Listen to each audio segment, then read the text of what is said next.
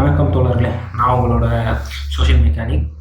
இன்ஸ்டாகிராமில் rational December மூலமாக அரசியல் மற்றும் சமூக சார்ந்த கருத்துக்கள் தொடர்ந்து பேசிக்கிட்டு வரேன். ஒரு 1000 ஃபாலோவர்ஸ் வந்திருக்காங்க. விரிவான கருத்துக்களை பதிவு பண்ணுறதுக்கு யூடியூப் பெற்றாலும் மீடியமாக இருக்குன்றதுனால நம்ம நண்பர் டர்க்டர் கூட இணைஞ்சு நானும் இங்கே பேச வந்திருக்கேன். ஸோ இன்ஸ்டாகிராமில் இருக்க ஒரு 1000 ஃபாலோவர்ஸ் இங்கேயும் தொடர்ந்து சப்போர்ட் பண்ணுவாங்க அப்படின்ற ஒரு எண்ணத்தில் இங்கே ஆரம்பிச்சிருக்கோம். ஸோ இன்றைக்கி நான் பேச போகிற விஷயம் பார்த்தீங்கன்னா பேட்ரியார்கி தான். அப்யூசர்ஸை எப்படி ப்ரொடெக்ட் பண்ணுது, அதாவது நம்ம சமூகமாக அப்யூசர்ஸை நம்ம ப்ரொடெக்ட் பண்ணிகிட்டு இருக்கோம் அப்படின்றது தான் என்னோட பார்வை. ஏன்னா இங்கே அப்யூஸ் வருஷம் ஒரு புது நியூஸ் வருது. அதாவது வருஷத்துக்கு ஒரு தடவை ஹேஷ்டேக் போட்டுட்டு இருந்தோம், இப்போ மாதத்துக்கு ஒரு ஹேஷ்டேக்ன்ற மாதிரி டெய்லி ஒரு நியூஸ் வர ஆரம்பிச்சிருச்சு. அப்போ இந்த அப்யூஸ் ஏன் அதிகமாகிட்டு இருக்கு, இந்த ஹராஸ்மெண்ட் ஏன் அதிகமாகிட்டு இருக்கு, பீப்புள் இவ்வளோ ரியாக்ட் பண்ணுறாங்க. ஆனால் ஒரு சமூகமாக இதுக்கான ஒரு தீர்வை நம்ம கொண்டு வராமல் அடுத்தடுத்த பிரச்சனைகளை நோக்கி ஓடிக்கிட்டே இருக்கோம். இப்போ இங்கே நம்ம சமூகமாக எங்கே பிரச்சனை இருக்குது, அடிப்படையில் எங்கே நம்ம தப்பு பண்ணுறோம் அப்படின்றத என் பார்வையில் ஒரு டிஸ்கஷனாக ஸ்டார்ட் பண்ணலான்றதுக்காக தான் இந்த வீடியோ. முதல் விஷயம் நம்ம பாண்டிச்சேரி இஷ்யூலேருந்து ஆரம்பிக்கலாம். இப்போ பார்த்தீங்கன்னா அங்கேயுமே நிறைய பேர் கோவப்பட்டாங்க, ரியாக்ட் பண்ணுறாங்க. ஆனால் அவங்க அடிப்படையில் ஒரு காரணமாக என்ன சொல்கிறாங்கன்னா, ட்ரக் அண்டு கஞ்சாவோட விநியோகம் அதிகமாகிடுச்சு, போதைப் பொருட்களோட விநியோகம் அதிகமாகிடுச்சு, அதுதான் அடிப்படை காரணமாக பேசிகிட்டு இருக்காங்க. உண்மையாக அதுதான் அடிப்படை காரணமாக. அப்போ இன்றைக்கி நம்ம ஆண்களை குறை சொல்ல போகிறோம். சமூகமாக ஆண்கள் இந்த மாதிரி ஒரு கொடூர எண்ணத்தோடு இருக்கிறாங்க. அவங்க போய் ரேப் அண்ட் ஹராஸ்மெண்ட் பண்ணிகிட்டு இருக்காங்க. அவங்கள திருத்துறதுக்கான வழியை நம்ம எப்போ யோசிக்க போகிறோம்? கொண்டு போய் அவன் அன்கான்சியஸ் ஸ்டேஜில் இருந்தது தான் இதுக்கு காரணம் அப்படின்ட்டு சிம்பிளாக சொல்கிறோம்னா, அவன் மைண்டில் ஆல்ரெடி ஒரு கொடூரமான ஒரு எண்ணம் இருந்துட்டு தான் இருக்குது. அவன் கான்சியஸாக இருக்கும்போது சொசைட்டியில் சமூகத்தில் இருக்கிற விஷயங்களுக்கு பயந்து அதை செய்யாமல் இருக்கிறான். ட்ரக்கை கன்சியூம் பண்ண உடனே இதெல்லாம் மறந்து அதை பற்றி எதையும் கண்டுக்காமல் தண்ணியிலே மறந்து இந்த விஷயங்கள்லாம் பண்ணுறான். ஆனால் இங்கே ட்ரக் தான் முக்கிய காரணமாக இருக்கா? இந்த விஷயம் நடந்த அதே டைமில் சென்னை செங்கல்பட்டில் ஒரு ஸ்கூலில் 2 ஸ்கூல் டீச்சர்ஸ் ஒரு ஸ்டூடெண்ட்டை அப்யூஸ் பண்ணுறாங்க. அவங்க 2 கான்சியஸ் ஸ்டேஜில் தான் அதை பண்ணியிருக்காங்க. இல்லை ஜென்ரல் ரிவர்ஸ் பண்ணி பார்ப்பேன். ஒரு பொண்ணு போதையில் தண்ணியில் மறந்து இருக்கிறாங்கன்னா அந்த நேரத்தில் என்ன ஆகும்? அந்த பொண்ணு விக்டிமாக்கப்படுவாங்க. விக்டிமாக்கப்படுறது மட்டும் இல்லாமல் இந்த சொசைட்டியோட விக்டிம் பிளேம் வர வாங்குவாங்க. ஏன்னா ஒரு போதை உட்கொள்கிற பொண்ணோ இல்லை இந்த மாதிரி பப்புக்கு போகிறவங்களோ இல்லை மாடர்னாக ட்ரெஸ் பண்ணுறவங்களோ இந்த செக்ஸ் அண்ட் விஷயங்களை என்ஜாய் பண்ணுறவங்களா தான் இருப்பாங்க. அவங்க ஓப்பன் டு திஸ் அப்படின்ற மாதிரி தான் நினச்சிட்டு இருக்காங்க சொசைட்டியில். பட் அவங்க அந்த மாதிரி இருக்கணுன்ற அவசியமும் இல்லை. அவங்க ட்ரெஸ் மாடர்னாக இருந்தாலும் அவங்களுக்குன்னு பணிந்த ஒழுக்க நெறியில் அவங்க வேறுபட்டு அவங்களா இருக்கலாம். இல்லை நீங்கள் நினைக்கிற மாதிரி மல்டிபிள் ரிலேஷன்ஷிப்பில் இருக்கவங்களா கூட இருக்கலாம். ஆனால் அது அவங்க கன்சென்ட்டோடு இருக்கிற ஒரு விஷயம். அதை அவங்க என்ன நடக்குதுன்னே தெரியாது தண்ணியிலே மறந்து இருக்கிறம்போது, அன்கான்சியஸாக இருக்கும்போது ஒருத்தர் பாலியல் வன்முறை பண்ணுறாங்கன்னா அவங்க பண்ணுறவங்க மேலே தான் தப்பே தவிர இவங்களை நம்மளால் குறை சொல்ல முடியாது. ஸோ ஆனால் நம்ம சொசைட்டியாக பெண்கள் மேலே போதையில் இருந்த ஒரு காரணமாக தான் அவங்கள விக்டிம் ப்ளேம் பண்ணிட்டுருக்கோம். யோசிச்சு பாருங்கள், போதையில் யார் இருக்கான்றது மேட்டரா இல்லை போதையில் இருக்கிறவங்க பண்ணுற விஷயமா? போதையில் யார் இருக்காங்கன்றதான் இங்கே அடிப்படையில் காரணமாக இருக்குது. நம்ம ஆண்களை தான் குறை சொல்ல ஆரம்பிக்கணும். அடுத்த விஷயம் பார்த்தீங்கன்னா கேபிட்டல் பனிஷ்மெண்ட் டிமாண்ட் பண்ணாங்க. அதுவும் ரொம்ப நியாயமான இதுதான். அவங்க பரவாயில்ல, தகுதி இல்லாதவங்க தான் அவங்களுக்கு கேபிட்டல் பனிஷ்மெண்ட் கொடுக்கணும்னா கொடுக்கணும்னா தண்டனை கொடுக்கணும்னா, ஆனால் அது ஒரு தீர்வு அமையுமா அப்படின்றது தான் நம்ம யோசிக்கணும். ஏன்னா இப்போ மிடில் ஈஸ்ட் கண்ட்ரிஸை தான் எக்ஸாம்பிளாக சொல்கிறீங்க. மிடில் ஈஸ்டில் வருஷத்துக்கு ஒரு கண்ட்ரியில் 50லேருந்து 500 பேர் வரைக்கும் அந்த பாப்புலேஷனுக்கு ஏற்ற மாதிரி இந்த பனிஷ்மெண்ட்ஸ் நிறைவேற்றப்படுது. ஆனால் வருஷம் இந்த கவுண்ட் அப்படியே மெயின்டைன் ஆகுதான்னு கேட்டால் ஆக்சுவலாக இன்க்ரீஸ் ஆகிட்டு. இந்த வருஷம் 50 பேர் பண்ணாங்கன்னா அடுத்த வருஷம் 100 பேர் பண்ணுறான், அதுக்கடுத்து 150 பேர். அதாவது இந்த மாதிரி ஒரு பெரிய இன்க்ரீஸ் தான் ஆகுதே தவிர குற்றங்கள் எண்ணிக்கை அதிகம் தான் இருக்கே தவிர என்றைக்குமே அந்த குற்றங்களோட எண்ணிக்கை கேபிட்டல் பனிஷ்மெண்ட்டால் குறைஞ்ச மாதிரி ஒரு ஃபேக்ட் இல்லை. அப்போ இந்த கேபிட்டல் பனிஷ்மெண்ட்ன்றது என்னவா இருக்கும்னா, ஒரு குறிப்பிட்ட சம்பவத்துக்கு ஒரு ஜஸ்டிஸாவோ இல்லை ரிவெஞ்ச் ஆக்டாவோ வேணால் பார்க்கலாமே தவிர நம்மளோட கோபத்தையோ நம்மளோட ஆதங்கத்தையோ ஆத்திக்கிறதுக்கான ஒரு விஷயமா பார்க்கலாமே தவிர இது இனிமேல் இந்த மாதிரி ஒரு சம்பவம் நடக்காமல் தடுக்கிறதுக்கான ஒரு டூலாக இருக்கும்னு எதிர்பார்க்க முடியாது. அப்போ என்னடா பண்ணுறது அப்படின்னு கேட்டிங்கன்னா, நம்ம சொசைட்டியில் இருக்க இந்த சின்ன சின்ன மிசோஜினிஸ்டிக்கான விஷயங்களை நம்ம மாற்ற ஆரம்பிக்கணும். முக்கியமாக ஆண் பிள்ளைகளுக்கு வந்து நம்ம ப்ரொடெக்ட் பண்ணுற விஷயங்கள், அதாவது என்னடா ப்ரொடெக்ட்னா நம்ம பொம்பளை பிள்ளைகளை தான் ப்ரொடெக்ட் பண்ணிக்கிட்டு இருக்கோம், அவங்கள தானே வீட்டில் வச்சுருக்கோம், அவங்கள தானே ட்ரெஸ் பண்ண சொல்கிறோம், அவங்கள தானே நம்ம ப்ரொடெக்ட் பண்ணிட்டு இருக்கோம், ஆம்பளைங்க எங்கே ப்ரொடெக்ட் பண்ணிக்கிட்டு இருக்கோம் அப்படின்ட்டு ஒரு கொஸ்டின் வரலாம். ஆண்களை வந்து நம்ம ப்ரொடெக்ட் தான் பண்ணிக்கிட்டு இருக்கோம்.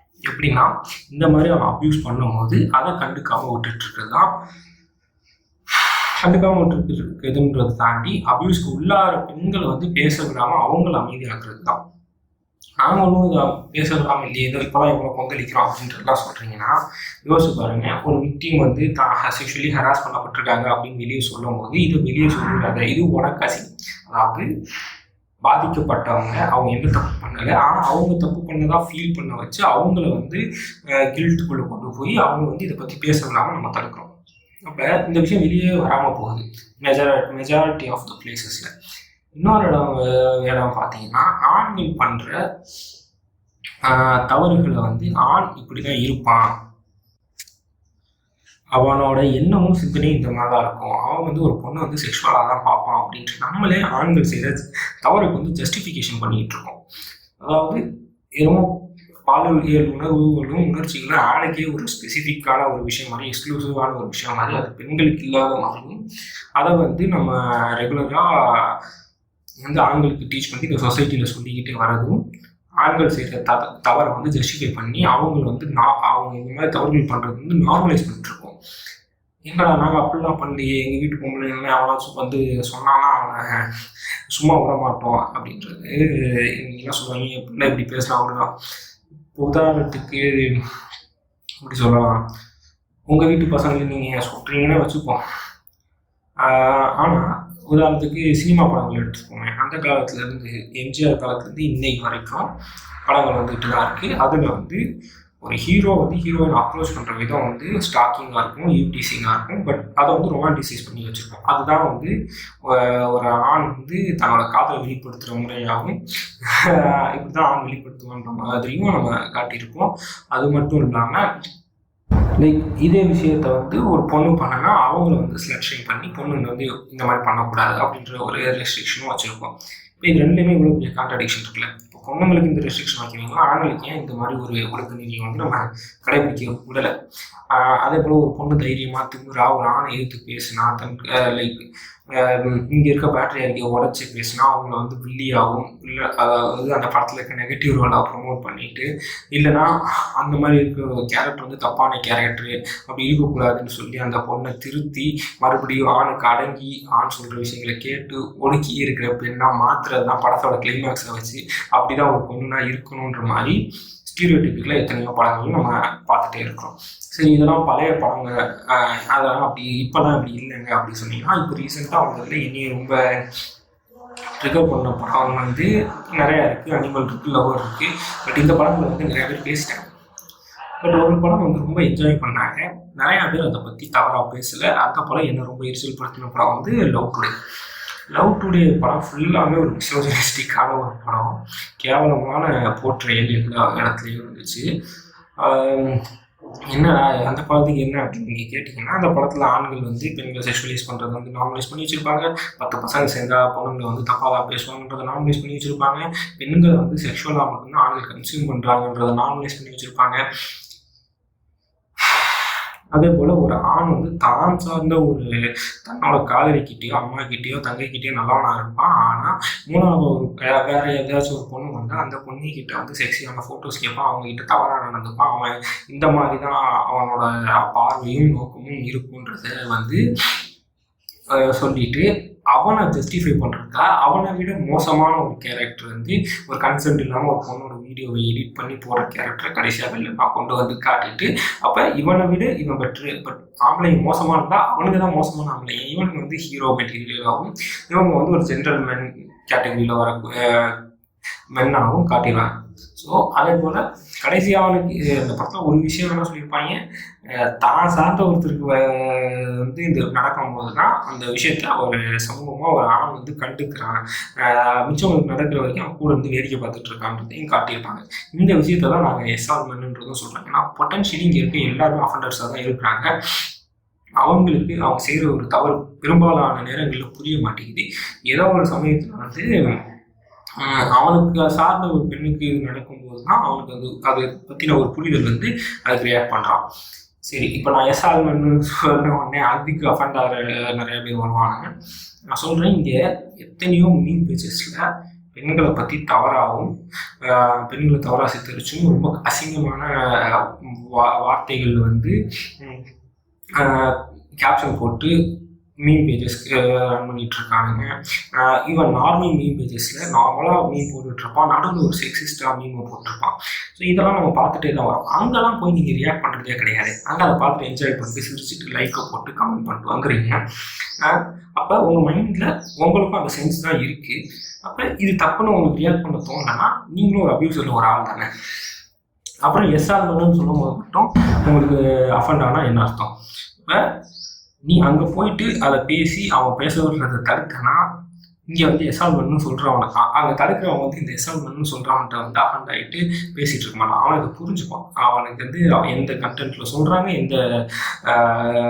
எதை மைண்டில் வச்சு சொல்கிறாங்கன்றது அவனுக்கு தெரியும். ஏன்னா இங்கே பெரும்பான்மையான ஆண்கள் வந்து செக்ஷுவலி ஒரு பொண்ணை அப்யூஸ் பண்ணுற அளவுக்கு, அதாவது அவங்க மென்டல் பீஸையே கெடுக்கிற அளவுக்கு வார்த்தைகளால் பண்ண முடிகிற அளவுக்கு கொடூரமான ஆண்கள் தான் இங்கே அதிகமாக இருக்கிறாங்க. சோஷியல் மீடியாவில் பார்க்குறோம், சினிமாவில் பார்க்குறோம். இன்னும் சொல்ல போனால் சினிமாவில் இன்றைக்கு வரைக்கும் பெண்களோட கவர்ச்சியை வச்சு தான் படங்களை வந்து கமர்ஷியல் படங்களை வந்து ஓட்டிக்கிட்டு இருக்காங்க. என்னன்னா இது வந்து அவங்க கன்சென்ட்டோட நடக்கிற விஷயம் தானே அப்படின்ட்டு சொல்லலாம். எஸ், இது அவங்க கன்சென்ட்டோட நடக்கிற விஷயம். அவங்க அது காசு வாங்குறாங்க, அதுக்கு அவங்க ஒத்துக்கிறாங்க, நடிக்கிறாங்க. அதில் வந்து எனக்கு பிரச்சனை இல்லை அப்படின்னு நான் சொன்னாலும், பட் இது வந்து ஒரு டிமாண்டாக சினிமாவுக்குள்ளே இருக்கிறதா தான் நான் பார்க்குறேன். எந்த பெண்ணும் வந்து இந்த அளவுக்கு லிமிட்டில் நான் நடிப்பேன் அப்படின்ற ஒரு ஸ்டேட்மெண்ட் எடுத்து வச்சு தொடர்ந்து அவங்க கெரியர் டெவலப் பண்ணிட்டு சினிமாவில் நகர முடியாது அப்படின்ற ஒரு நிலைப்பாடு தான் சினிமாவில் இருக்கிறதா நான் பார்க்குறேன். அப்போ இந்த சினிமா மறைமுகமாக அவங்க மேலே ஒரு டிமாண்டை வச்சுக்கிட்டு இருக்குது. நீங்கள் செக்ஸியாக இருக்கணும், படங்களில் செக்ஸியாக நடிக்கணும், போல்டு கேரக்டர், அதை வந்து செக்ஸின்னு சொன்னால் நல்லா இருக்காதுன்றதுக்காக போல்டு கேரக்டர்ஸ்ன்ற நேமில் வச்சு அதை கவர் பண்ணிக்கிறானுங்க. But finally they are expecting the woman to expose their body on the screen. அதுதான் உண்மை. அதை வந்து இந்த படங்களில் கமர்ஷியலாக ஓட்டுறதுக்கான வழிகளை எதிர்பார்த்துட்டு இருக்காங்க. ஏன் அப்படி இருக்குன்னா, இங்கே பெரும்பான்மையான ஆண்கள் அதை விரும்புகிறாங்க. ஆனால் நம்ம என்ன பண்ண சொல்லுவோம், உடம்ப காட்டி அந்த ஹீரோயின் வளர்த்துட்டா. ஏன்னா உடம்ப காட்டினா நீ போய் பார்க்குறடா, ஒன்னால தான் அவங்க உடம்ப காட்ட வைக்கிறாங்க, அந்த நிலைக்கு அவங்க தள்ளப்படுறாங்க. அப்போ நீ ஏன் வந்து ஒரு வீக்கான செக்ஸாக இருக்கு, ஒரு பொண்ணோட உடம்புக்காக போய் விழுகிற ஒரு வீக்கர் செக்ஸாக இருக்கு, ஒரு மனசை கண்ட்ரோல் பண்ணிக்க முடியாத ஒரு வீக்கர் செக்ஸாக இருக்கு, பலவீனமான பாலினம் நீ தான் ஆக்சுவலாக உண்மையை சொல்ல போனால். ஆனால் நீ வந்து மாற்றி சொல்லு, அவங்க வந்து பலவீனமானவங்க, அவங்களை ப்ரொடெக்ட் பண்ணுறாங்க எல்லாம். நீ பலவீனமாகடா, உன் மனசை நீ ப்ரொடெக்ட் பண்ணி, உன் மைண்டை நீ கரெக்டாக இருக்க மைண்டை சரி பண்ண ட்ரை பண்ணு. ஒரு பொண்ணை நீ ஹராஸ் பண்ணுறனா அது பொண்ணுக்கு அசிங்கம் இல்லை, அது உனக்கு அசிங்கம். இங்கே இருக்க ஆண்களுக்கு அது அசிங்கன்றதை நம்ம என்னைக்கு சொல்லித்தர போகிறோம்? உடனே ஹராஸ்மெண்ட் உள்ளான விக்டிமை வந்து தீண்டத்தகாதவன்னு ஒதுக்கி வைக்கிறதுக்கு பதிலாக ஹராஸ்மெண்ட்டை பண்ணுற ஆண்களை வந்து தீண்டத்தகாதவங்களை என்னைக்கு நம்ம மாற்றுறோம்? அவங்க விக்டிம் சைடு நின்று என்னைக்கு விக்டிமோட சேர்ந்து நம்ம ஹராஸ் பண்ணுறவங்களுக்கு கொஸ்டின் கேட்க ஆரம்பிக்கிறோமோ அன்னைக்கு இந்த சொசைட்டி மாறுதலாக விக்டிமை போயிட்டு பிளேம் பண்ணிக்கிட்டு விக்டிமை தொடர்ந்து குறை சொல்லிக்கிட்டு இந்த பேட்ரியார்க்கியில் ஆண்கள் வந்து ரொம்ப பலமானவங்க, அவங்களோட ஹார்மோன் இப்படி, அவங்களோட எண்ணங்கள் இப்படி, அவங்க இந்த மாதிரி தான் நடந்துப்பாங்க. ஆனால் நீ வந்து பொண்ணு, நீ வந்து இந்த மாதிரி நடந்துக்க முடியாது, அவங்களை எதிர்த்து பேசிட முடியாது, நீ அதனால ஒன்றை அடக்கி வச்சுக்கோ, அவனுங்க பண்ணுற தப்புக்கு சேர்த்து நீ ரெஸ்ட்ரிக்ட் பண்ணிக்கோ, அவனுங்க அப்படிதான் இருப்பாங்க, கண்டுக்காத ஒன்றை நீ மாற்றிக்கோ அப்படின்ட்டு இவங்களோட தனிமனித சுதந்திரத்தில் தடையிட்டு இவங்களை இந்த மாதிரி நம்ம வழி நடத்திக்கிட்டே இருந்தோம்னா இங்கே இருக்க குற்றங்கள் குறைவதற்கான வாய்ப்பு இல்லை. என்னைக்கு விக்டிமோட சேர்ந்து நம்ம அபியூசர்ஸ்க்கு எதிராக கொஸ்டின் கேட்க ஆரம்பிக்கிறோமோ அன்னைக்கு இந்த சொசைட்டி மாறும், நம்ம நிம்மதியான வாழ்க்கையை வாழ ஆரம்பிக்கலாம். உடனே ஆணுக்கான விஷயங்களை மட்டுமே பேசிட்டு அப்படின்னு ஆணை வந்து மட்டுமே குறை சொல்லிட்டு பேசிட்டு இங்கே ஆண்களும் நிறைய பேர் அப்யூஸ் பண்ணப்படுறாங்க அப்படின்னு கேட்டிங்கன்னா அங்கேயுமே அப்யூசர்ஸை ப்ரொடெக்ட் பண்ணுறது இந்த பேட்ரியார்க்கி தான். ஏன்னா ஆண் வலிமையானவன்னு ஒரு ஸ்டேட்மெண்ட்டை வச்சு ஆண் அழக்கூடாது, ஆண் விஷயத்தை கூடாது, அவன் விஷயத்தை அவனே பார்த்துக்கணும், அவன் பிரச்சனையை அவனே ஃபேஸ் பண்ணிக்கலாம். அவன் வந்து இருக்க இன்னொரு சொல்கிறது நானாலே அவன் வந்து பொட்டை டிரான்ஸ்ஃபோபிக்கா, லைக் பொட்டைன்னு சொல்கிறது, பொங்கலான்னு சொல்கிறது, லைக் இங்கே டிரான்ஸ்ஃபோபிக்கை தாண்டி உமன் ஃபோபியா அவங்க நிறைய நிறைய பேர் இருக்குது. அதாவது உமன் வந்து தாழ்ந்தவங்களாம் கன்சிடர் பண்ணி இந்த மாதிரி இந்த மாதிரி விஷயங்களுக்கு பயப்படுற ஆணை வந்து பெண்ணோட கம்பேர் பண்ணியோ இல்லை ஒரு திருநங்கையோட கம்பேர் பண்ணியோ அவங்க ஒரு டிரான்ஸ்ஃபோபிக்கா ஹோமோஃபோபிக்கான கமெண்ட்ஸை பாஸ் பண்ணி அதை கிண்டலை கடந்து போகும்போது ஆணவங்களுக்கு நடக்கிற பிரச்சனையை இங்கே வெளியே சொல்ல முடியல. ஸோ பேட்ரியாக்கி கடைசி அப்யூசர் ஆணாக இருக்காங்களோ பெண்ணாக இருக்காங்களோ அது மேட்டர் இல்லை. இந்த பேட்ரியாக்கி விக்டிமை பேச விடுறதில்ல. விக்டிம் பேச முடியாதனால இங்கே இருக்க எந்த அப்யூசர்ஸோட நேம்ஸும் அவ்வளோ ஈஸியாக வெளியே வர்றதில்லை. இங்கே இருக்க குற்றங்கள் நிரூபிக்கப்படுறது கஷ்டமாக இருக்குது. ஸோ அப்யூசர்ஸ் தொடர்ந்து அப்யூஸ் பண்ணிட்டே இருக்காங்க. அவங்க ப்ரொடெக்ட் ஆகிட்டே இருக்காங்க. அடுத்தடுத்த தவறுகளை பண்ணிகிட்டே இருக்காங்க. ஏதோ ஒரு இடத்துல ரொம்ப பெரிய தவறு நடக்கும்போது அவங்க எக்ஸ்போஸ் ஆகிறாங்க. அன்றைக்கி தான் அவங்க மாட்டுறாங்க. அது வரைக்கும் இந்த அப்யூஸ் தொடர்ந்து நடந்துட்டு இருக்கு. அப்போ இந்த குற்றங்கள் குறையணும்னா நம்ம விக்டிம் பக்கம் நிற்கணும், விக்டிம்காக பேசணும், அப்யூசர்ஸ் எடுத்து கொஸ்டின் போய் கேட்க ஆரம்பிக்கணும். அப்போ தான் இந்த குற்றங்கள் இங்கே குறைய ஆரம்பிக்கும். அப்போ தான் நம்ம லைஃப் வந்து சீராக போக ஆரம்பிக்கும். அதை விட்டுட்டு போதை பொருட்களை குறைக்கிறதுனாலையோ இல்லை வந்து கேபிட்டல் பனிஷ்மெண்ட் கொடுக்குறதுனாலையோ இங்கே இருக்க குற்றங்கள் குறையும் எதிர்பார்க்குறது வந்து ரொம்ப தவறான ஒரு சிந்தனையாக இருக்கும் அப்படின்றதான் பார்க்குறேன். ஸோ நம்ம அதுக்கு அடுத்த ஜென்ரேஷனில் ஒழுங்காக எஜுகேட் பண்ணுவோம். அவங்க விக்டிம் பேசும்போது அவங்க பேசுகிற விஷயங்களை கேட்போம். சும்மா விக்டிமை போயிட்டு நீ ஏன் அங்கே போன, நீ ஏன் இந்த ட்ரெஸ் போட்ட, இந்த நேரத்தில் தனியாக போகணும், எந்த அவசியம் விக்டிமை போட்டு நம்ம ப்ளேம் பண்ணிக்கிட்டு அவங்கள இன்னும் ப்ரெஷர் ஆக்கி அவங்களோட ஃப்யூச்சரை வந்து செக்யூர் பண்ணாமல், அவங்களோட மைண்டை வந்து கிளியர் பண்ணாமல், அவங்களோட மென்டல் பீஸை கெடுத்துட்டு இருந்தாங்கன்னா என்றைக்குமே அப்யூசர்ஸ் வந்து திருப்பி இந்த அப்யூஸ் பண்ணிட்டே தான் இருப்பாங்க. ஏன்னா அவங்க மாற்றுறதுக்கான வாய்ப்பு ரொம்ப கம்மியாகிடுது. இந்த சொசைட்டியில் தப்பிச்சு அவங்க வாட்டு சந்தோஷமாக வாழ்ந்துட்டு இருப்பான். So stand with the victim, question the abuser, அவ்வளோதான்.